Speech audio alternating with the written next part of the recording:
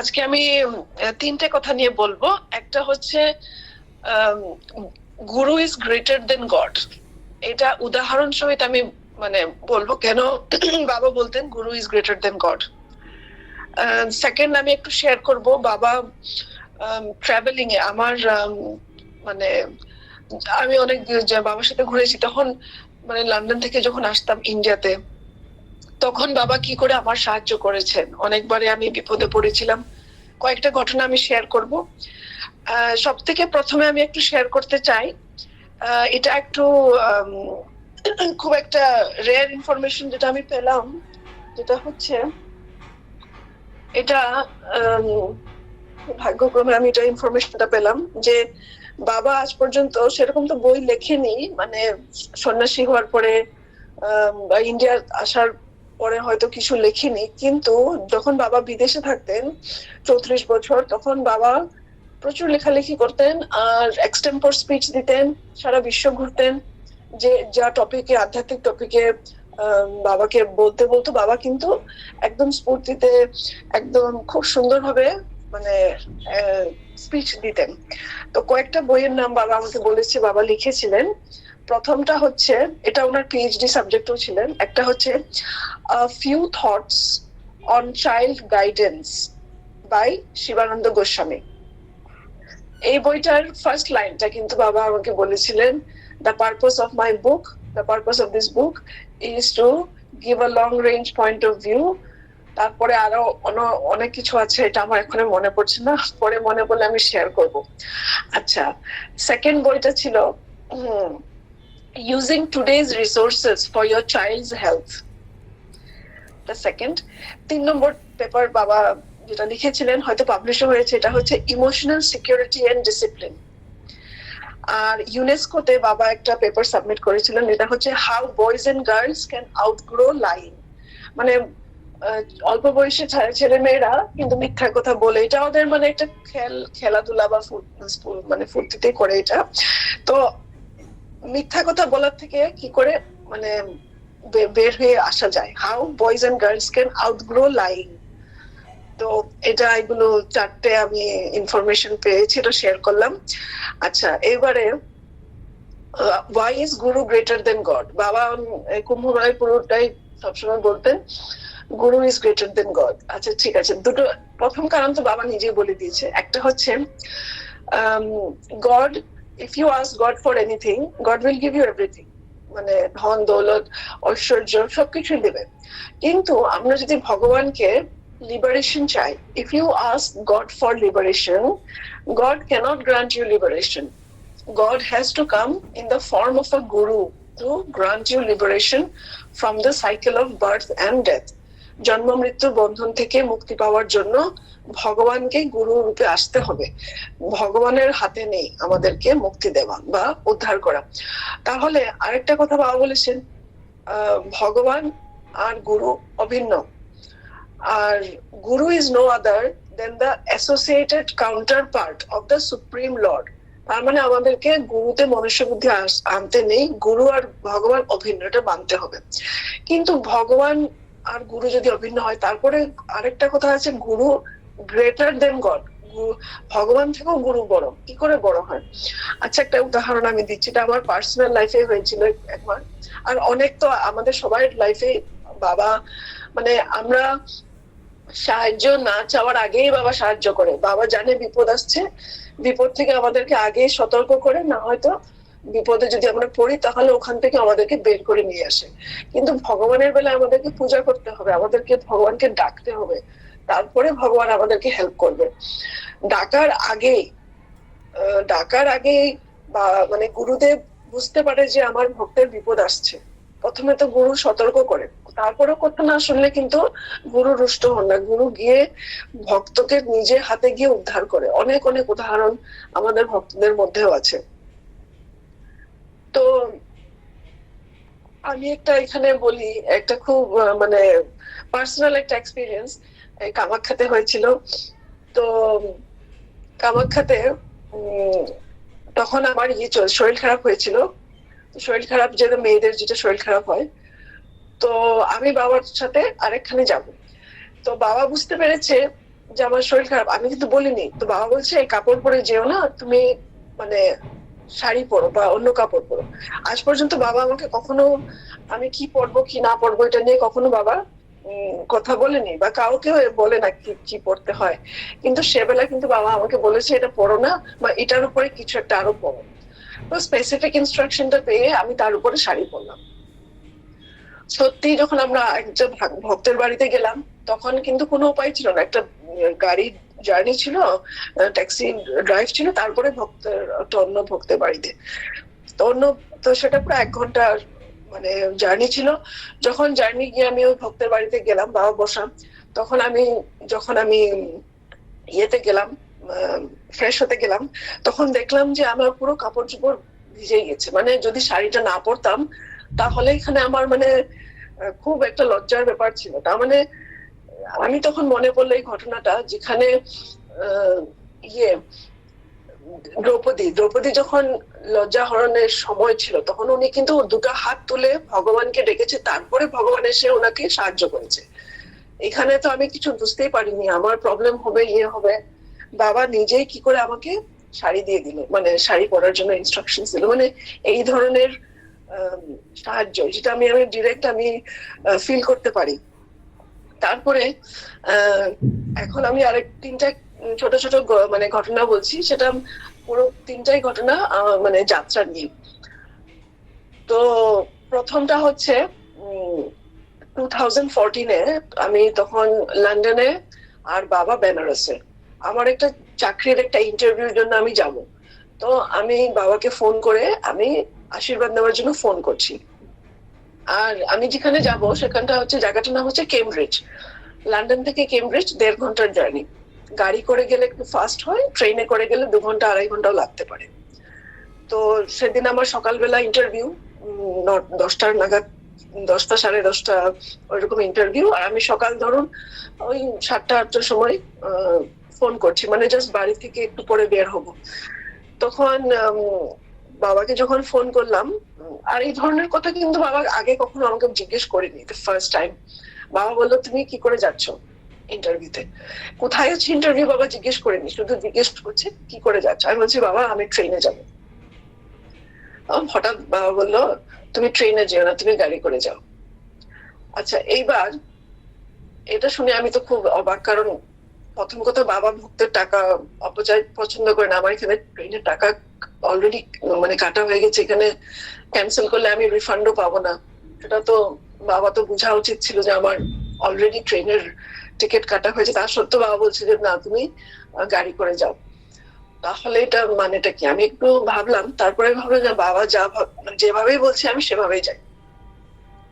তো আমি ট্রেনে না গিয়ে গাড়ি করে গেলাম, নিজে ড্রাইভ করে গেলাম। আর যে নেভিগেশন ঢেলে গেলাম, তো আমি এক্স্যাক্টলি যেখানটায় পোস্ট কোড ইন্টারভিউ জায়গা, সেখানটায় পোস্ট কোড ঢেলে গেলাম। একদম টাইমে আমি পৌঁছে গেলাম। আর নেমেই আমি দেখছি আমার সামনে আমার একজন সিনিয়র দাদা আসছে, ইন্টারভিউ দিয়ে আসছে, খুব মানে ফুর্তি মনে আসছে।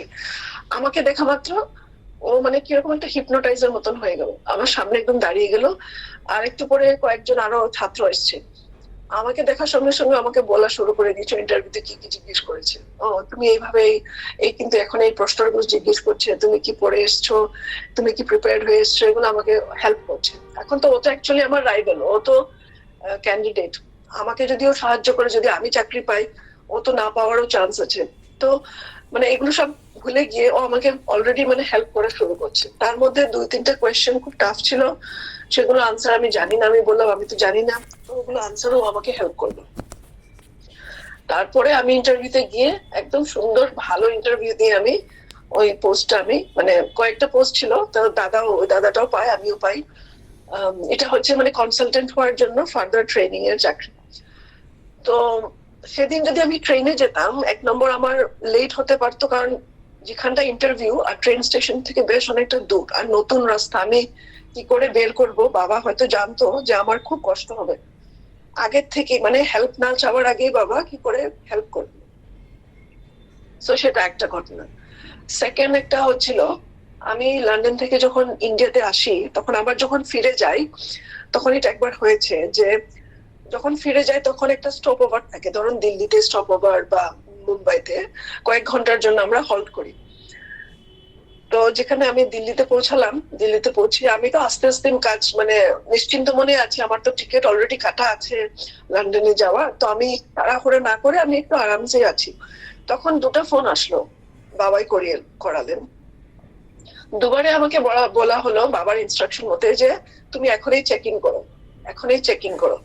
আচ্ছা, দুবার বলার পরে আমার আবার সন্দেহ হলো কেন বাবা আমার পিছনে আবার লেগে আছে, এরকম কথা তো বলে না। তো সত্যি আমি চেক ইনে তাড়াহুড়া করে গেলাম, গিয়ে আমি যখন আমার চেক ইন হলো তখন এই যে এয়ারলাইন্স এর যে মহিলা বসা ছিল টিকেটে আমাকে চেক ইনের বোর্ডিং পাস দেওয়ার জন্য, উনি বললো তুমি যদি আরেকটু দেরি করতে ফ্লাইটটা তোমার মিস হতো, এই ফ্লাইটটা ওভার বুক হয়ে গেছে। অনেক সময় এরকম হয় যে এয়ারলাইন্স এর মিস্টেক, যে ফ্লাইট গুলো ওভার বুক করে। তখন কি হয়, যেগুলো এক্সট্রা প্যাসেঞ্জার্স থাকে ওদেরকে অ্যাপোলোজাইজ করে আর বলে যে আপনারা নেক্সট ফ্লাইটে যাবেন। এটা আননেসেসারি একটা ডিলে হতো আমার, বেশ কয়েক ঘন্টার ডিলে, হয়তো অনেক সময় 24 ঘন্টা ওয়েট করতে হতে পারে। তো এটা বাবা দেখেছে ফ্লাইটে কয়জন প্যাসেঞ্জার কিরকম ওভারবুক হয়েছে, তো আমাকে কি করে বাবা এটা হেল্প করলো। তো এটা একটা ঘটনা। এবারে যেটা লাস্ট ঘটনা শেয়ার করছি, এটা মানে খুবই মানে আশ্চর্যজনক ঘটনা, যেটা শুধু আমার সাথে হয়নি, আমার সাথে বাবার আরেক পরম ভক্ত, ওনার নাম হচ্ছে পুষ্পা টেইলার, লন্ডনে থাকে উনি। উনি অরিজিনাল গুজরাটি, কিন্তু ওনার জন্ম হয়েছিল কেনিয়াতে। কেনিয়া থেকে উনি লন্ডনে সেটেল করেছে। উনার মানে ইন্ডিয়াতে সেরকম আসা হয়নি, হয়তো বছরে সারা জীবনে হয়তো দুবার এসেছিল ইন্ডিয়াতে। বাবার সাথে ওনার পরিচয় হওয়ার কোনো কথাই নেই, মানে সম্ভবই না। কিন্তু কিভাবে বাবা যখন 2011-তে গেলেন, তারপরে বাবার সাথে মানে আলাপ হলো, মানে জানতে পারলেন। তারপর উনি বোধহয় তারপরে একবার বেনারসে এসে বাবার সাথে দেখা সাক্ষাৎ হয়েছিল। তারপরে উনি আবার বাবা থেকে দীক্ষাও নিয়েছেন। তো আর বাবাকে উনি অনেক অনেক ভালোবাসেন। তো উনি আমাকে বললো যে আমি তোমার সাথে এবার ইন্ডিয়া যাব। তো ইন্ডিয়াতে যাব মানে ডিসেম্বর মাসে পুরীর দান উৎসব আর গড়বেতার উৎসবের জন্য উনি আসবেন। তো এটা খুব সম্ভব 2023-এর ঘটনা। তো আমরা সেভাবে প্ল্যান করলাম আসার জন্য, আগের থেকে টিকিট কাটা হলো।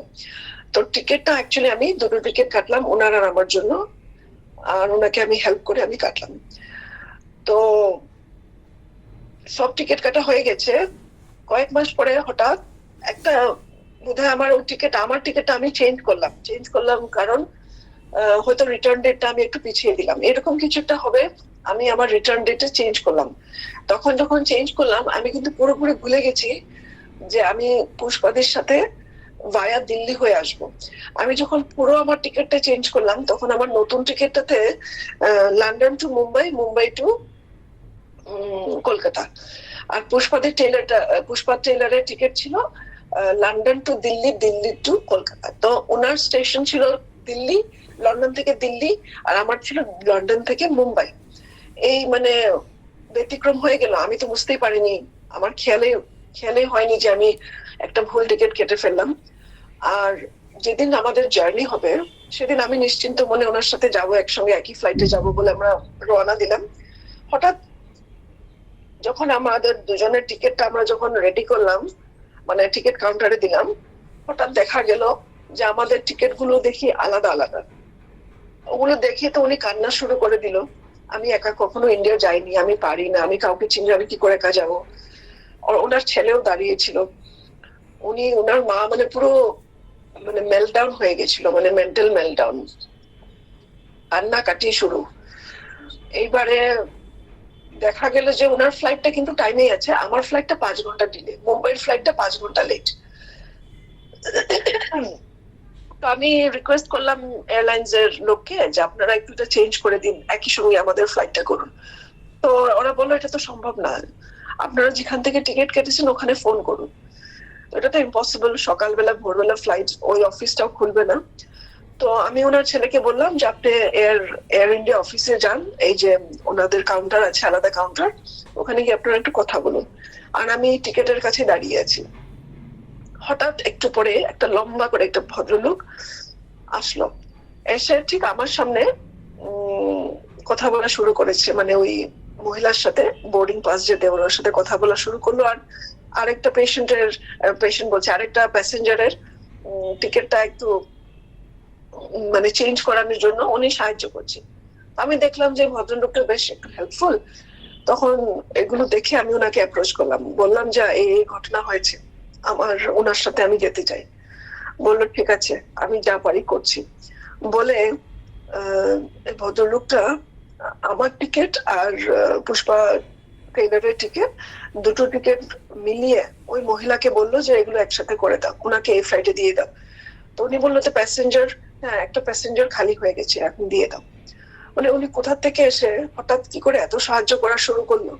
তারপর একটু পরে পুষ্পা টেইলার আসলো, বললো যে আমরা তো আনসাকসেসফুল হয়েছি, এয়ার ইন্ডিয়া অফিসে হেল্প করেনি, বললো যে এটা তো নতুন করে ক্যান্সেল করে আবার নতুন টিকিট কাটতে হবে, অনেক টাকা খরচা হবে, মানে টিকিট ক্যান্সেল না করিটা ইম্পসিবল।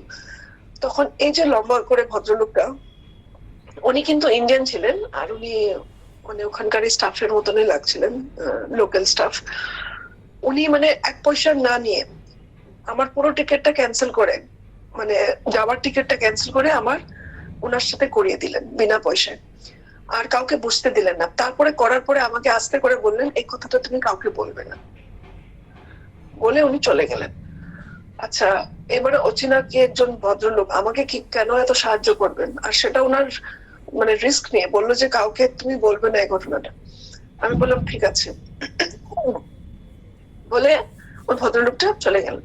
পুষ্পাদি যখন শুনলেন কি এক্ষুনি যা ঘটনা হলো, উনি বললেন এটা তো বাবারই একটা মহিমা, বাবাই একটা লীলা করলেন, কারণ এইরকম এই লাস্ট মুহূর্তে টিকিট চেঞ্জ হওয়াটা তো ইম্পসিবল, কোথাও মানে কখনো সম্ভবই না।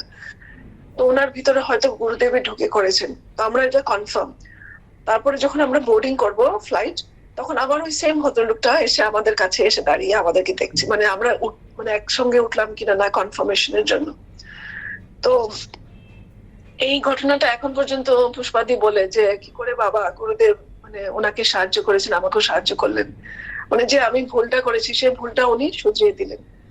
তারপরে আমরা গেলাম উৎসব ইয়েতে করলাম, গুরুদেবের সাথে অনেক সঙ্গ করলাম, অনেক আনন্দ হলো। তো এটাই বলার। তো আমি এখানে এখন আজকে বিরাম দিচ্ছি, আমি আগামী বছর আবার বলবো জানুয়ারি মাসে। এই বছরের জন্য এখানে বিরাম দিলাম।